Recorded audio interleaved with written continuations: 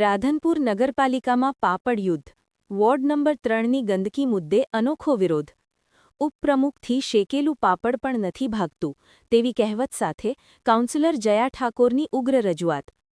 રાધનપુર નગરપાલિકાના ward number 3માં ગટરના પાણીના નિકાલ અને ગંદકીની સમસ્યાએ માજા મૂકી છે. આ વિસ્તાર નગરપાલિકાના ઉપપ્રમુખનો હોવા છતાં તંત્રની નિષ્ફળતા સામે સ્થાનિક કાઉન્સિલર જયા ઠાકોર દ્વારા ચીફ ઓફિસરને લેખિત રજૂઆત કરવામાં આવી છે. આ દરમિયાન કાઉન્સિલરે ઉપપ્રમુખ પાસે પાપડ લઈને પહોંચી જઈ શેકેલું પાપડ પણ ભાગતું નથી તેવી કહેવત સાથે અનોખો વિરોધ દર્શાવતા ચકચાર મચી છે. છેલ્લા ઘણા સમયથી ગટરના પાણીનો નિકાલ ન થતાં આખા વિસ્તારમાં ગંદકીનું સામ્રાજ્ય ફેલાયું છે. બાજુના પ્લોટોમાં પાણી ભરાઈ રહેતા તળાવ જેવી સ્થિતિ સર્જાય છે. સતત ભરાઈ રહેતા પાણીના કારણે 4 થી 5 મકાનોના પાયા નબળા પડ્યા છે, જે ગમે ત્યારે ધરાશાયી થવાની ભીતિ સેવાઈ રહી છે. ગંદકીને કારણે ગંભીર બીમારીઓ ફેલાવવાનો ભય છે અને રહીશોના ઘરોમાં ઝેરી જીવજંતુઓ નીકળવાની ઘટનાઓ વધી છે.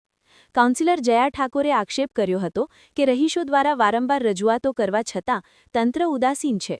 તેમણે ઉપપ્રમુખ પર કટાક્ષ કરતા જણાવ્યું કે જેમનાથી એક શેકેલું પાપડ પણ ભાગતું નથી, એટલે કે ક્ષમતાનો અભાવ છે, તેઓ પોતાના વોર્ડની સમસ્યાઓ કઈ રીતે હલ કરશે.